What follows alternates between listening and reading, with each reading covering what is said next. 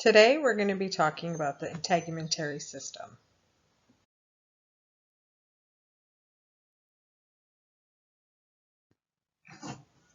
The physiological functions include thermal regulation, excretion of metabolic waste products, protection from underlying tissues and structures, vitamin D synthesis. It maintains fluid and electrolyte balances. It's responsible for sensation of pain, touch, pressure, temperature, and vibrations.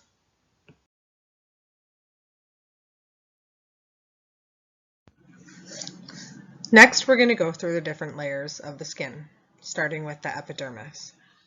The epidermis is a protective, permeable outer layer that acts as a barrier. It prevents temperature loss, fluid loss, entry of foreign substances. Cells are created in the innermost layer of the epidermis, where they continuously regenerate and migrate to the surface, where they are then shedded off.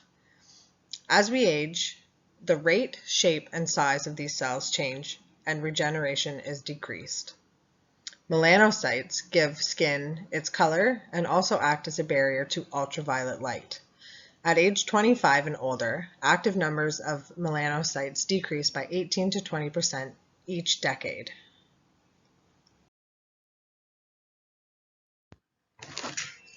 The papilla connects the epidermis and the dermal-epidermal junction and gives the skin its unique texture. As we age, the papilla retract and flatten at the dermal-epidermal junction, decreasing its surface area. As we age and the surface area has decreased, it slows the transfer of nutrients and oxygens between the two layers.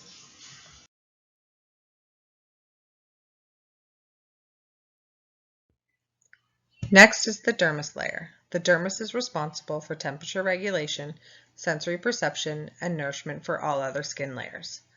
The components involved are collagen, which provides the skin with strength and elasticity to prevent it from tearing; elastin, which allows the skin to stretch; dermal ground substance, allowing the skin its ability to stretch and retract. Blood vessels in the deep plexus are responsible for thermal regulation, whereas in the superficial plexus, nutrients are supplied to the epidermal layer. In the cutaneous nerves, they're responsible for transmitting and receiving sensory information.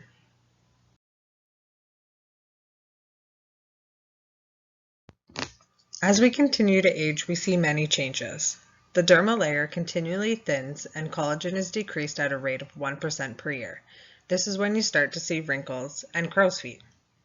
Elastin that is being produced increases in quantity but is decreased by quality. The vascular layer is decreased by approximately 1/3. This causes atrophy in the hair bulbs and sweat and sebaceous glands.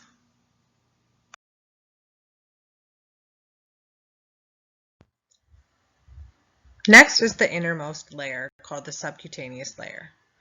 In this layer, it's made up of fat tissue, which acts as a barrier to protect its underlying tissues from trauma and injury. It also helps store calories and insulation and regulates heat loss. As we continue to age, the subcutaneous tissue atrophies occur, typically in sun-exposed areas of the face, hands, lower extremities, and the bottoms of our feet.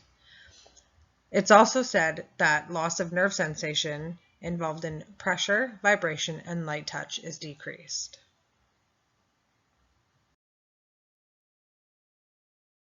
Sweat and sebaceous glands. Eccrine and apocrine sweat glands are primarily found on the palms of your hands, soles of your feet, and in the axilla. Eccrine glands open directly onto the skin surface and play an important role for thermal regulation. Apocrine glands are larger and open into the hair follicles. Apocrine glands are primarily found in the genitalia and axilla, with the main purpose of producing secretions. Apocrine and epicrine decrease in number and function as we age. Sebaceous glands are found all over the body except for the palms of your hands and the soles of your feet. Sebaceous glands continually secrete sebum, preventing the loss of water, and acts as a mild barrier from bacteria and fungus. At roughly around age 30 and older, sebaceous glands begin to decrease. They decrease more in women than they do in men.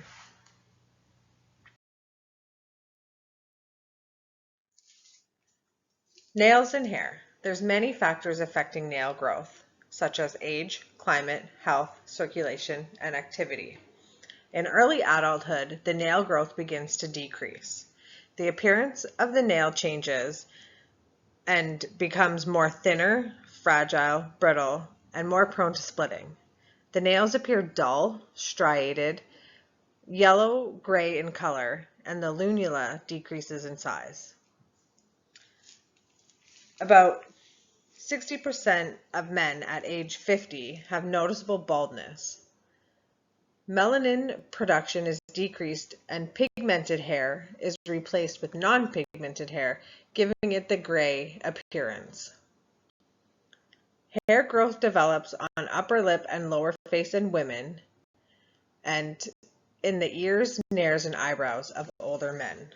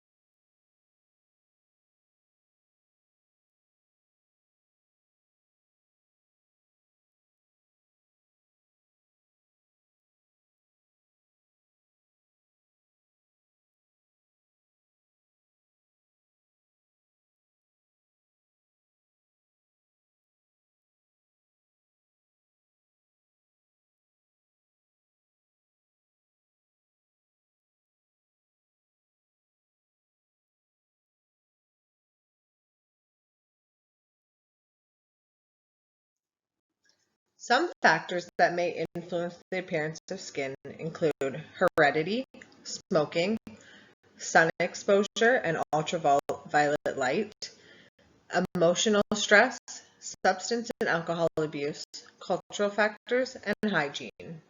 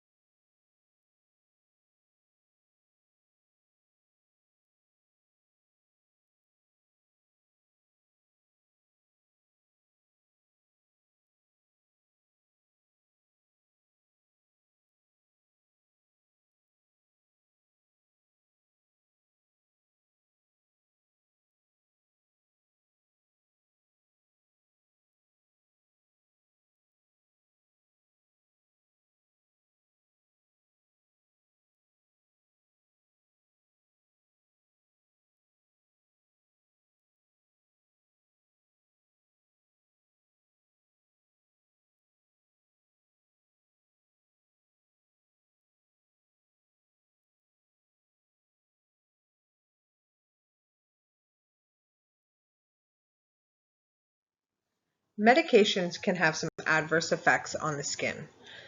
Common ones include pruritus, dermatosis, and photosensitivity.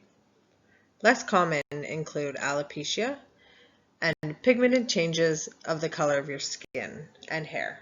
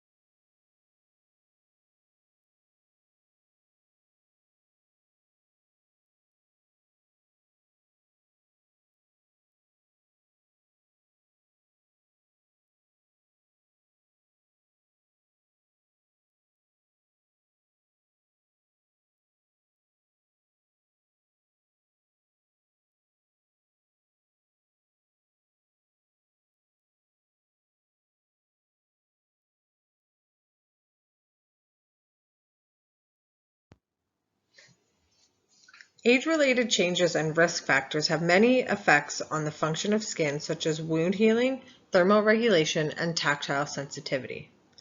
Deep wounds are at a higher risk for developing secondary infections. Decreased immune function increases the risk of developing skin cancer, fungal infections, and shingles.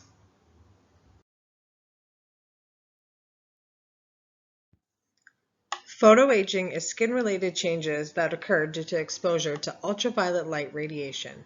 Some characteristics include deep wrinkles, large amount of freckles, coarse or leathery skin, actinic keratosis, which is mostly found on the back of hands, the head, the neck, lips, ears, mostly areas that are exposed to the sun. There also is loss of elasticity, enlarged sebaceous glands, and thickened epidermis.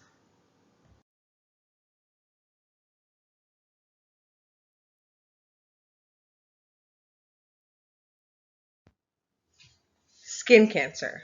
Skin cancer has three main types. Basal cell carcinoma, which is primarily found on the head and the neck. It's accountable for 90% of all skin cancers in Canada. Close to 100% curable if treated in early stages. If it is left untreated, it will invade the surrounding tissue, causing further damage.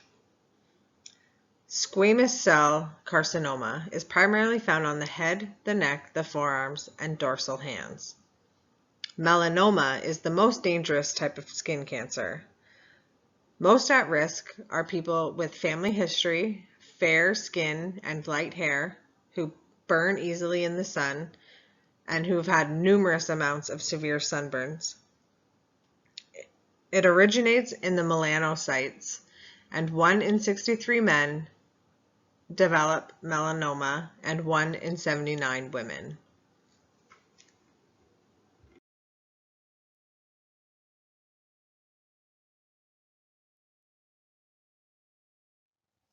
Skin tears. Skin tears commonly occur due to friction, rubbing, and a shearing force. Some risk factors include poor nutrition, frail, and limited mobility. They're classified in 3 different types. 1. No skin loss and heals in an average of 10 days. 2.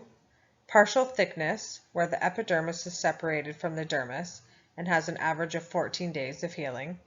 And 3. Full thickness. Both the dermis and epidermis are separated from its underlying tissue and has an average of 21 days of healing.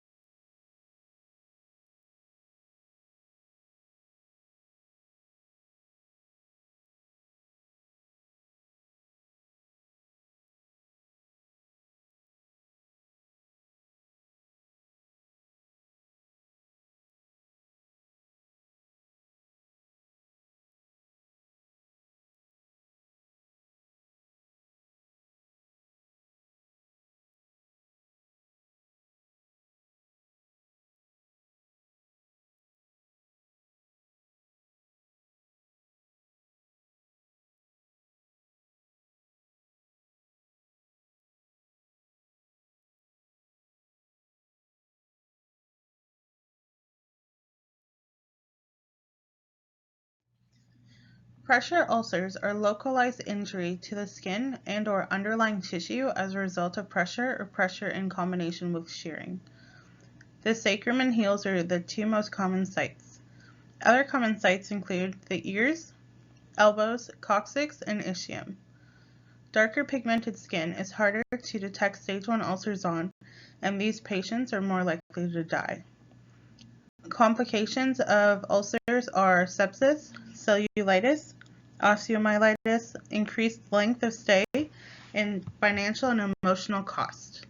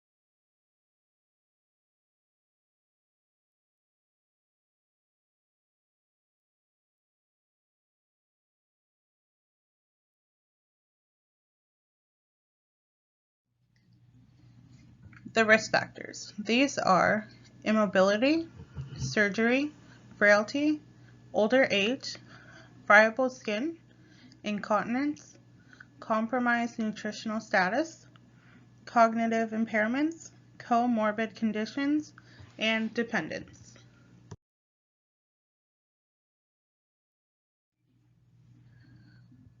Identify risk factors using valid and reliable tools such as the Braden scale. Perform a head-to-toe on admission to a facility, on discharge, whenever a patient's condition changes, and at appropriate intervals. An assessment should include history and a physical exam. Assess and reassess according to most recent pressure ulcer staging system. If available, use technological devices to improve the detection of stage 1 in darker skin. And for those darker skin patients, consider additional parameters, such as difference in skin over bony prominences compared to surrounding skin, alterations in pain or local sensation, and deviations from the usual color of the patient.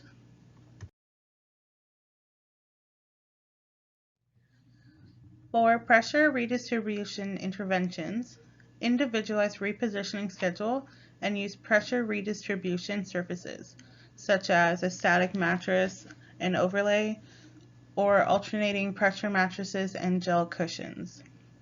For positioning, raise heels to eliminate pressure, keep head of bed at lowest level, maintain a 30-degree tilted side lying position, avoid positioning directly on the trochanter, and avoid donut-shaped devices. Use protective methods such as heel protection boots, as well as decrease the risk of friction and shearing by using transfer or lift devices.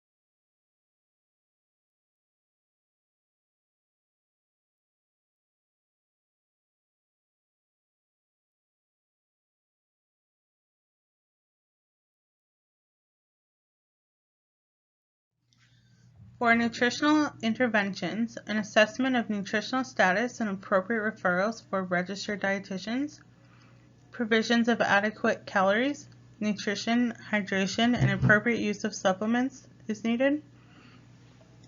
Protect skin from moisture by managing incontinence, keeping the skin clean and dry, change linens frequently, and use moisture barrier skin protectant. For skincare, individualize bathing frequency, avoid hot water and excessive rubbing, use moisturizing lotion, protect skin from urine, stool, and other sources of moisture, and don't massage bony prominences. Manage treatment measures by including wound cleaning, moist wound dressings, debridement, pain management, and referral to wound care specialists, as well as the education of professionals, patients, and caregivers.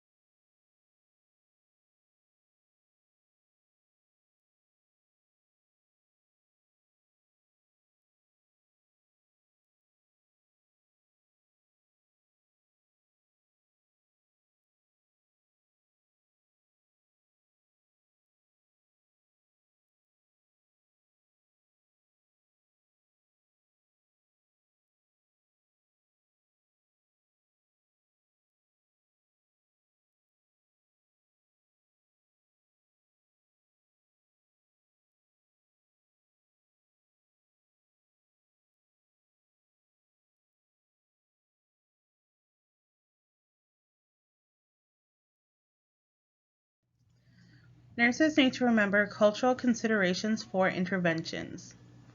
Dressings may contain animal-derived collagen that conflicts with the patient's ideology or cultural background. An example of this would be porcine products for Jewish or Muslim patients. A nurse should always obtain information about products with animal-based collagen and discuss with patients who may have cultural conflicts.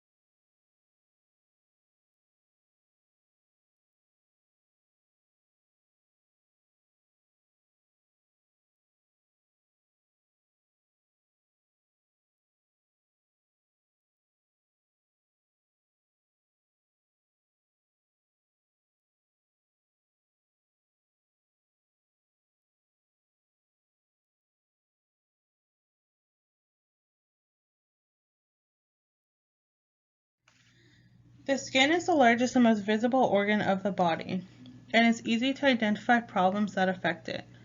The integumentary system provides clues to other areas of physiologic and psychosocial function, such as nutrition, hydration, and personal care. The nurse collects information about the skin, hair, and nails during this assessment and through physical examination procedures, or during routine nursing care activities. This assessment can also provide information to validate or raise questions about other areas of function.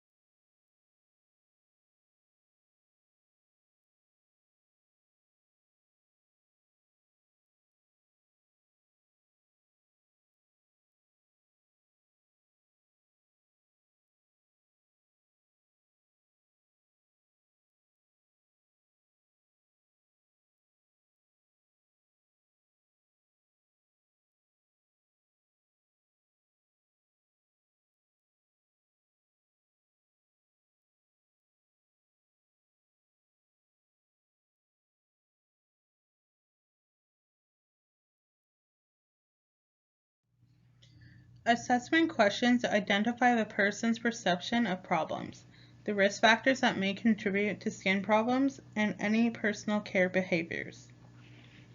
Assessing aspects of skincare can help identify opportunities for health education about risk factors and healthy skincare practices.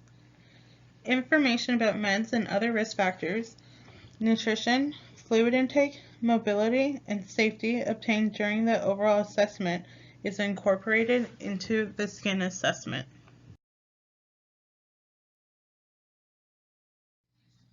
Observing skin, hair, and nails provides clues to self-care abilities and aspects of psychosocial function. It may also provide the only objective evidence of serious functional problems the patient might not otherwise acknowledge. An assessment of skin would include the color, turgor, dryness, overall condition, bruises, and any growths or pathological conditions. Most common occurrences of various skin lesions are usually harmless. It is important for health promotion to reassure the patient about harmless changes and encourage evaluation for the questionable ones.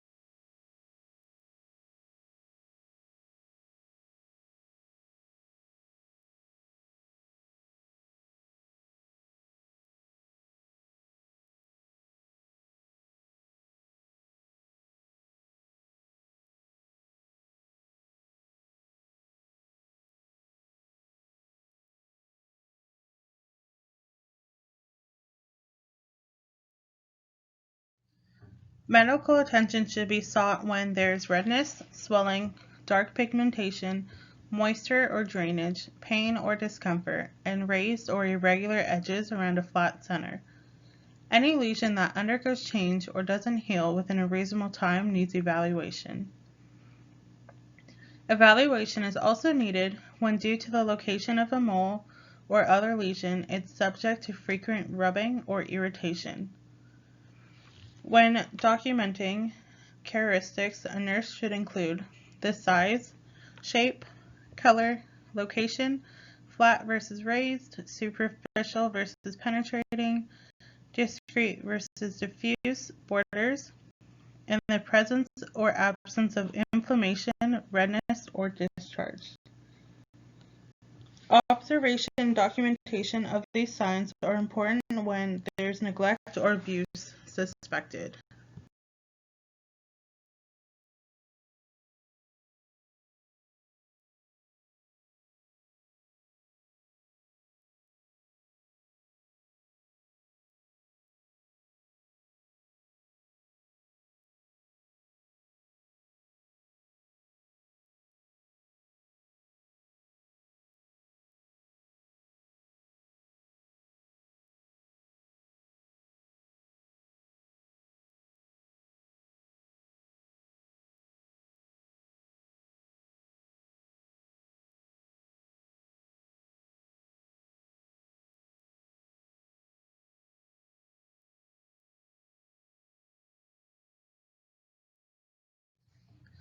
Skin breakdown can be diagnosed as impaired skin integrity and defined as altered epidermis and/or dermis.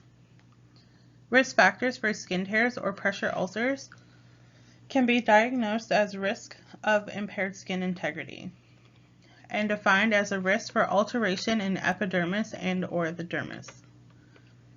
Related factors that commonly affect older adults include medications, incontinence, dehydration, limited mobility, nutritional deficits, or a combination of these. Ineffective health maintenance can be used for those with the inability to identify, manage, or seek help to maintain health.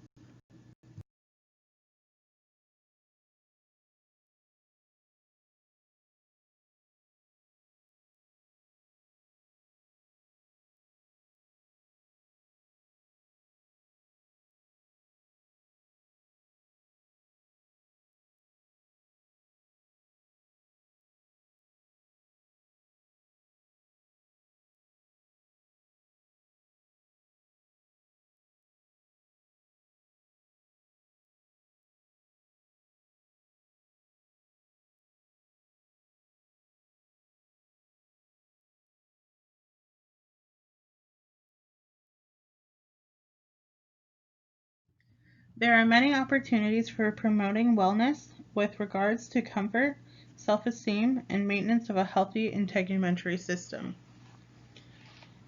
Interventions for older adults focus on promoting self-responsibility for identifying and seeking further evaluation for harmful or precancerous lesions.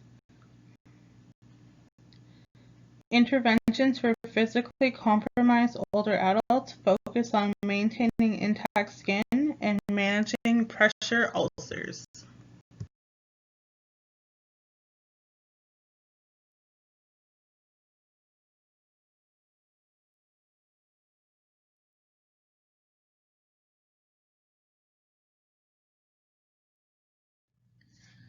To maintain healthy skin, adequate fluid intake is needed.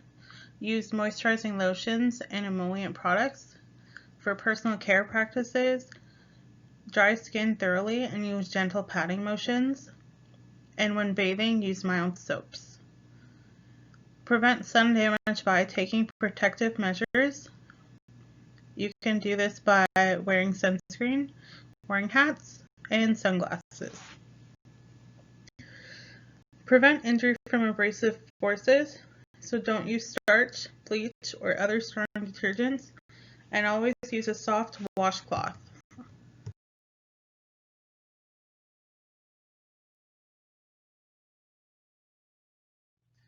Older adults should avoid overexposure to sunlight, use sunscreen, and other protective measures. The nurse should be alert to the possibility of older adults developing an allergy or sensitivity to topical products. The nurse should also include information about harmful sunlight effects and health education about maintenance of healthy skin and prevention of undesirable skin changes. Encourage any concerns about dry skin and wrinkles to be discussed with the primary caregiver.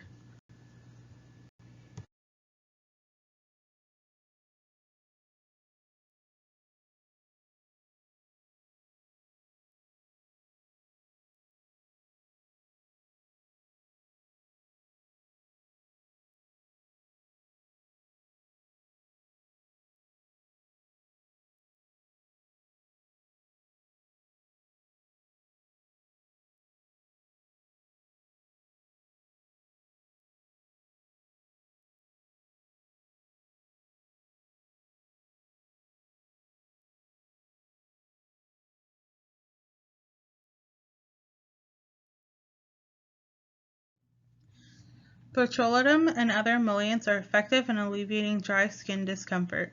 They moisturize and lubricate the skin.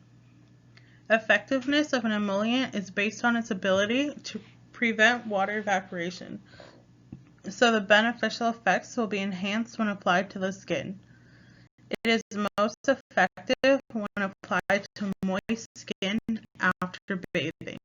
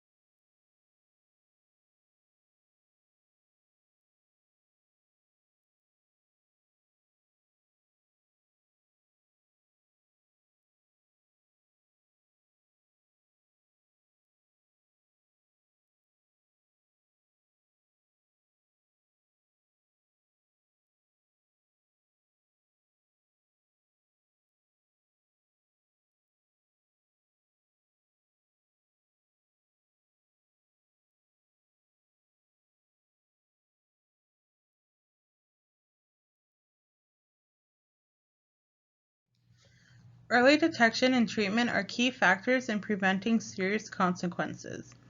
The cure rate for most skin cancers is almost 100% with early excision.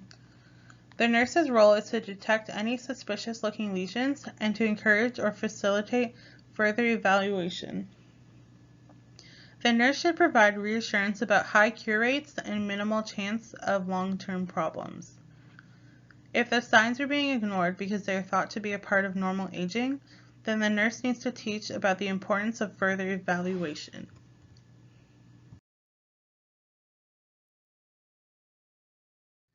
Here is a guide to identify whether any skin changes need further evaluation. Asymmetric shape. Is it irregular or does it have different looking sides? Border that is irregular. Is it ragged, notched, blurred? Color change. Is it different shades, uneven distribution? And diameter. Is it larger than a quarter of an inch? Is it increasing?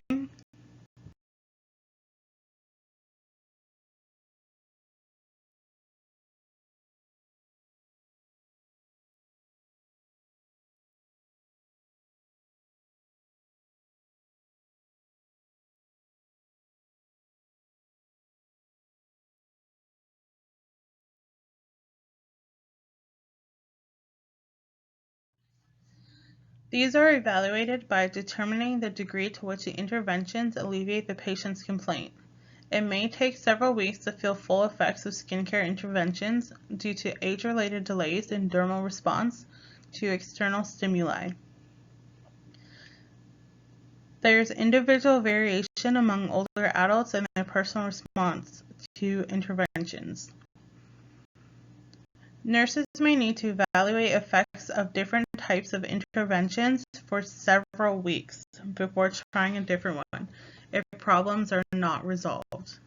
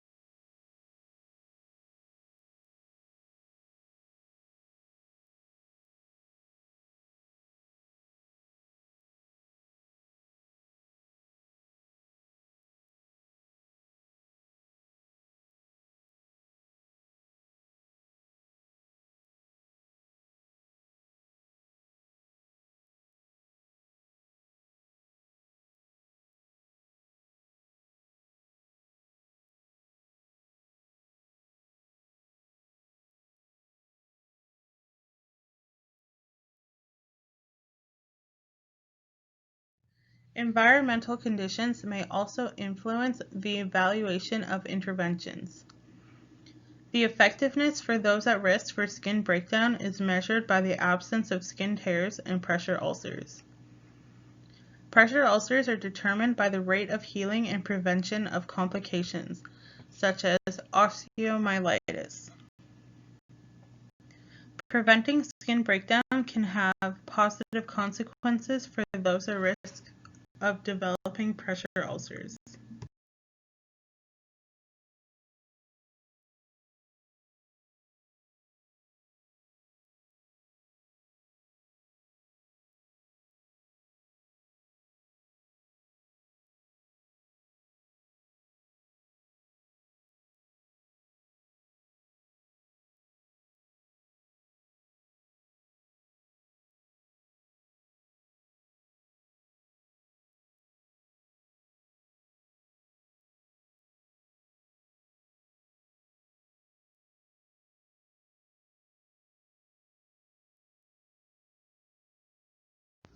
The feet.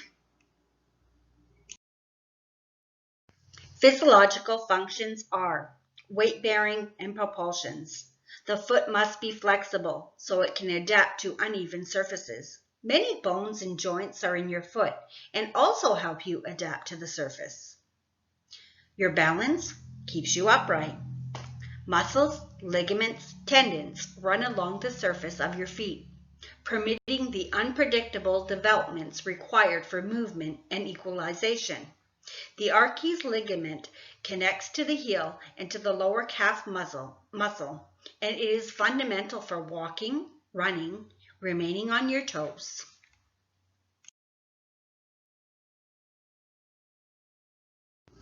Age-related changes are blood supply and circulation, feet become more flat, the fat padding in your feet wears down, leaving your bones and joints exposed to wear and tear. You lose elasticity and stability of your tendons and ligaments. Your skin becomes more dry and cracked. You can have lesions. Your toenails grow slower and can get thicker and brittle. You are susceptible to infections, fungal infections, diabetes mellitus, which you can lose feeling in your feet and sometimes your blood circulation where they have to amputate a toe or above your knee. You could get hammer toe and arthritis.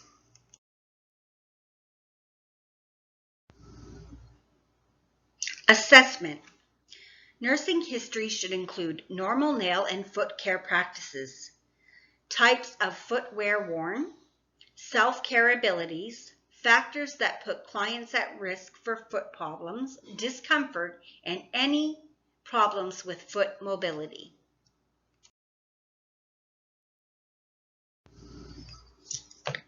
Physical assessment. Foot assessment. You must inspect every toe and foot for size, shape, and any lesions. Assess for tenderness, edema, and circulatory status. Physical assessment. The foot assessment consists of the inspection of every toe and the foot for size, shape, and any lesion. Assessment for tenderness, edema, and circulatory status. The common foot problems are, and I'll just name a few, are callus, corns, plantar warts, fissures.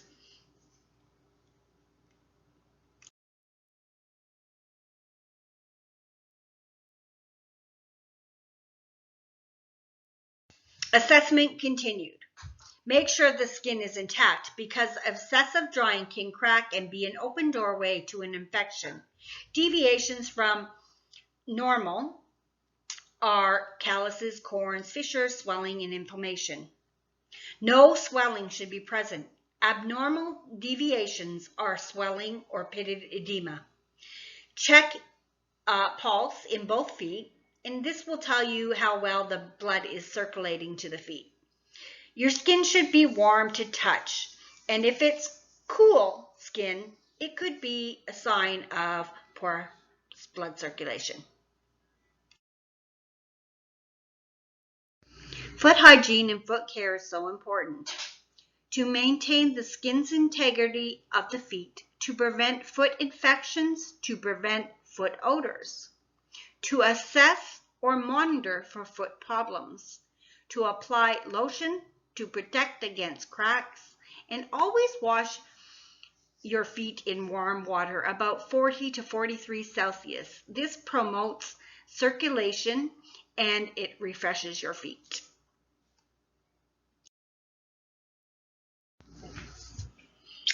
Safety. Proper footwear can protect you against falls. Slip-resistant shoes protect you against slipping on liquids. If your shoes do not fit you properly, you can lose your balance.